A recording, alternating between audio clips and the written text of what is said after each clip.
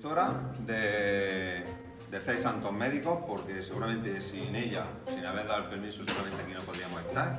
Por otro lado, también a los padres que han hecho su esfuerzo de traer a los niños en esta tarde, y también a vosotros y al aula permanente de la Universidad de Granada por dar permiso también para que puedan venir ellos a exponeros. Bueno, y a mí, pero bueno, yo entro dentro del cómputo. Realmente, lo que hoy estamos haciendo es, bueno, ya le podemos llamar de la manera que queramos, pero realmente es trabajar la oratoria, la lengua castellana y, como no, también la historia, a través de algo tan nuestro como es, pues bueno, el periodo andalusí y la gastronomía andalusí.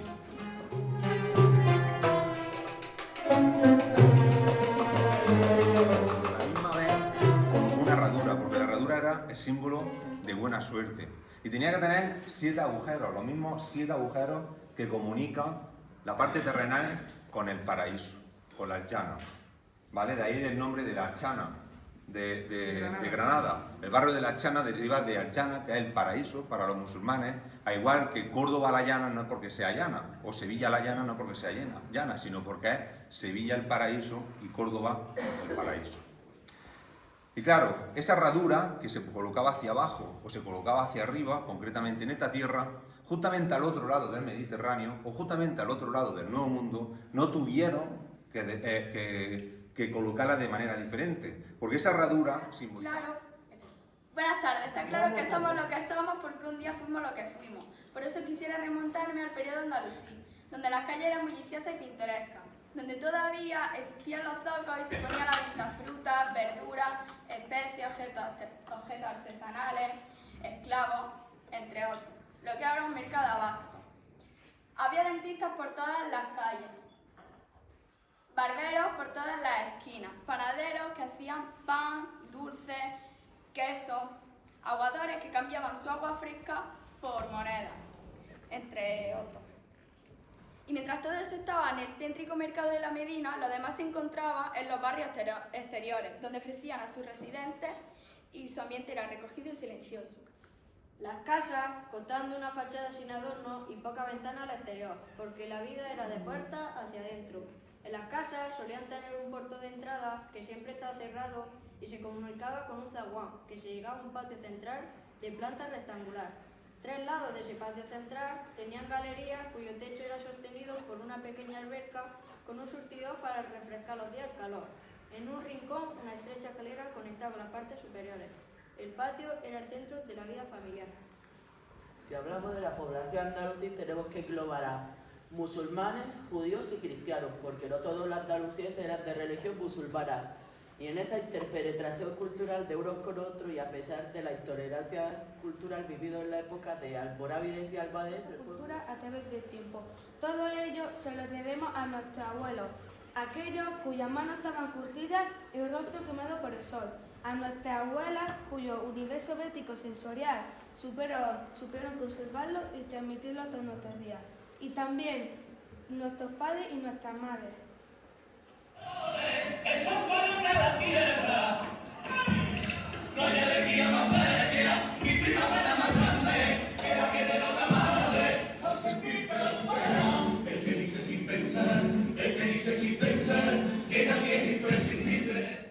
Les gustaba vivir, pero cómo no, de sus placeres. Las fiestas, las músicas, la poesía, la comida y la bebida. Decía el periodista andaluz Jesús Quintero lo siguiente.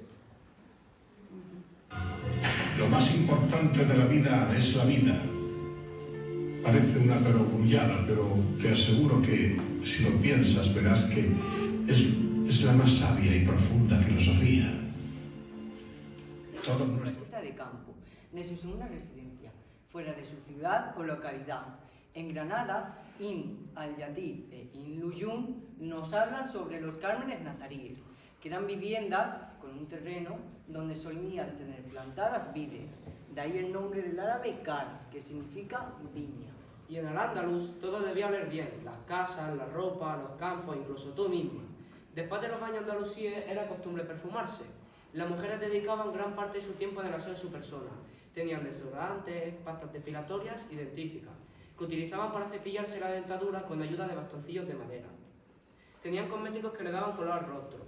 Sus uñas se las pintaban con aleña y mascaban gomas perfumadas para aromatizarse el aliento. Esto era solo en Al-Ándalus. En los reinos cristianos no se lavaban con tanta frecuencia. En cuanto a hábitos higiénicos, para ellos no existían.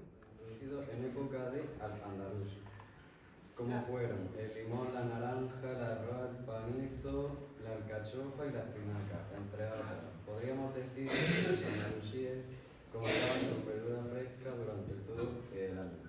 Graso, quien viajó a Córdoba en tiempos del califa Omeya, Abderramán III, para curar su obesidad con el gran médico judío y visir Asdai Ben Sabrú. Averroes nos dice que el uso de la comida, de acuerdo con las normas de la medicina, previenen enfermedades. Maimónides insistía en la necesidad de no comer mucho y hacer ejercicio diariamente. Santa Catalina y la muerte del padre Adán, que fue una fiesta que se cristianizó íntimamente relacionada con San Marcos, que esta a su vez estaba íntimamente relacionada con los arbales romanos. También se festejaba la Navidad, donde se le daban vacaciones a los niños y concretamente las familias se juntaban los días 1 y 6 de enero, donde les celebraban haciendo unos dulces llamados madaín, que eran los mazapanes, y un rosco que partían por la mitad, lo rellenaban, por encima le ponían frutas escarchadas y en el interior le introducían un haba que para quienes lo encontraran les daría buena suerte. Es lo que hoy en día conocemos como roscón de reyes y ya se hacía en el Ándalus. Ali ibn Nafi, conocido como Cirio. Inspectores para su venta en las calles siguiendo los preceptos del Islam. Había 3 preceptos. 1. Los animales debían de ser sacrificados de la forma adecuada. 2. Que ninguno de los ingredientes haya sido robado. Y 3. Que los ingredientes sean saludables y estén frescos. Hay que decir que esto no era nuevo, pues ya era habitual en época romana, como podemos comprobar con los restos encontrados en Mérida o Pompeya. Durante bastante tiempo existió una interpretación cultural donde el uso de aspectos, tanto materiales como inmateriales, del Islam andalusí fueron parte de las cortes cristianas. Otros, por ejemplo, Alfonso X, quien impulsó la traducción del texto árabe, Pedro I, quien construyó los Reales Alcázares en Sevilla con un estilo mudéjar que evocaba el califato, y también el hermano de la reina Isabel, Enrique IV, que no solo tenía una guardia mola, sino que también su día a día, sus costumbres, su forma de vestir y su forma de comer se impulsaba más a la gloriosa época del Islam andalusí, que en ese momento era el reino de Granada. A sus sacerdotes, incluso tradujo la Biblia al árabe y se hizo amigo de los propios imanes. Pero quédense con esta fecha, 1499. Los reyes católicos vuelven a visitar Granada y su reino y observan que mantenía el mismo aire musulmán con el que se lo habían dejado. Y es por ello por lo que optan por el ideal del cardenal Cisneros, quien implantó una política de persecución culminándose con leyes que obligaban o a la conversión forzosa o al exilio. Nacían los moriscos. Y los hijos de los moriscos ya no iban a ser musulmanes, iban a ser cristianos. Pero aún así tuvieron que sufrir la persecución inquisitorial durante el resto de sus vidas. Y claro, ¿qué es lo que pasó? Que muchos de ellos se fueron. Muchos otros volvieron, pero cambiando su apellido. Pero quienes más lo sufrieron fueron los niños, los cuales fueron quitados de las manos de sus padres, enviados a seminarios, reeducados. Y los más rebeldes, y quiero que piensen que es un niño, con un hierro candente marcado con una S en su barbilla y con un clavo en su ceja. Fíjese, sin significado para el cristiano viejo, pero con un bellísimo simbolismo para ellos, gran parte de lo que hoy en día somos, de lo que hoy en día sentimos, de lo que hoy en día vivimos, gran parte de nuestras propias tradiciones y costumbres, gran parte de nuestra propia forma de hablar, porque ya esas palabras habitaban dentro de nuestra garganta. Y gran parte también Los puertos de la Vega Granadina. La alimentación baja de Andalucía se comparaba con la de Reino de Granada. Por ser exactamente igual, formada por cereales, legumbres, frutas y hortalizas. Se marcó un antes y un después en la cocina española, que evolucionará en las distintas gastronomías regionales que se conservan hasta las raíces de nuestros días. Vayamos por partes. Aunque en siglos anteriores dentro del Al-Ándalus el vino fue admitido sin prejuicio, a la conquista se acentuó con más fuerza que nunca el cumplimiento estricto de su religiosidad como mecanismo de defensa. Pero tuvieron que demostrarse más cristianos que los propios cristianos viejos y amparándose en la taquilla comenzaron a beber hasta olvidar por qué olvidaban. Y comenzamos a preparar nuestros dulces tradicionales con manteca y a curar los jamones junto con todos los embutidos en la entrada de las cuevas de los En la entrada de las cuevas, en la entrada de las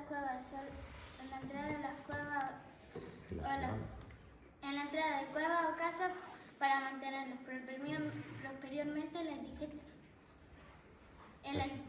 indigesta de todo el año. Hablar de cerdo es hablar de un ritual que se introdujo en el Reino de Granada, llamado la matanza. Recuerdo como, según me decían mis padres, esta comenzaba con los primeros rayos de luz, muestra fundamental de una manera de vivir en comunidad. Una fiesta habitualmente hecha en una casa donde asistían los componentes de esa familia, el resto de parientes y amigos del pueblo, siendo desarrollada entre los meses de diciembre, enero y febrero, que para su aprovechamiento extraían todo tipo de productos para cubrir las necesidades alimenticias anuales. La matanza se convirtió en una fiesta familiar y de la propia localidad que pretendía mostrar la pertinencia a la cristiandad. Podríamos decir... Llevar por el sonido del agua hasta el nacimiento del río Segura. En este paraje brota el agua procedente de una cueva. En la provincia de Albacete, Almería, Granada, Murcia, como dice a bodega y a taberna, probar vinos del país del año, acompañado con embutido y carne de cerdo asada a la lumbre, algo tan nuestro como irnos de tapas. Las tapas que acompañan a las copas son una demostración pública del catolicismo, antijudío y la homofobia, como el duelo y el quebranto. Los taberneros tapaban la tapa del vaso con tocino para que aquellos que lo consumieran en el ojo de los demás no fueran acusados de moros o marranos. Por eso en los asentamientos moriscos fabricaban mucho vino y licor, y sobre todo comían de forma desproporcionada de alimentos provenientes del cerdo, sus rapas para desayunar y morcillas para cenar, manteca en los dulces andalusí, donde su esencia se mantiene en las monjas de clausura, donde se escondían bajo un hábito para salvar su vida y la de su familia. Está claramente constatada la cocina hispanoárabe, con la impronta indígena y más adelante hispanoamericana, que se extinguiría por toda Francia e Italia, llegando a su fama por el famoso ejército de Carlos V. Sin olvidar la expulsión de moriscos y judíos, donde se asentaron en varios países, llevándose sus propias tradiciones, cultura y gastronomía. Verduras también utilizados con especias, condimentos, como albóndigas, los bichos morunos o los asados, como las latas de cordero segureño, tan típico del altiplano garadino y Sierra Segura. 17. Puesto que demostraban la pertenencia a una religión u otra, de manera que el cristiano viejo comprobaba. Si lo rechazabas, tu condición podía musulmana. Ejemplos. El plato del alpujareño. En la zona montañosa de la cordillera penibética, poco de la sublevación morisca, nos encontramos con un plato compuesto con carne de cerdo, longaniza, lomo de orza, morcilla, jamón serrano y huevo frito, acompañado por papa a los pobres. Duele quebranto. En ese jornalero que con su sudor y su sangre supo conservar el universo bético sin cegar y adaptó a lo que ya ellos hacían hasta tal punto hacer lo nuestro.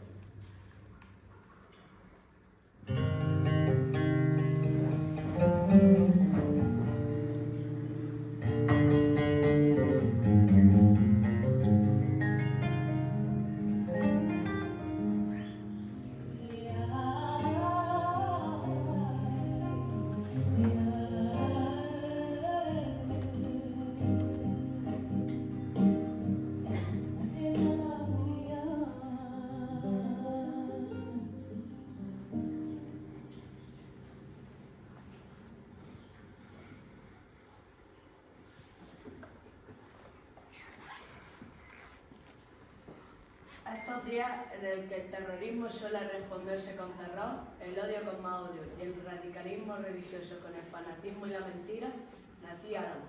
Recuerda que nadie debería sentirse tan enemigo ni tan dueño de un lugar como para mancharlo de sangre de racismo, de muerte y xenofobia. Por eso debemos seguir apostando por conocer nuestro pasado para construir un presente y un futuro mejor. Un presente en el que sepamos quiénes somos porque un día ya lo fuimos. Muchas gracias.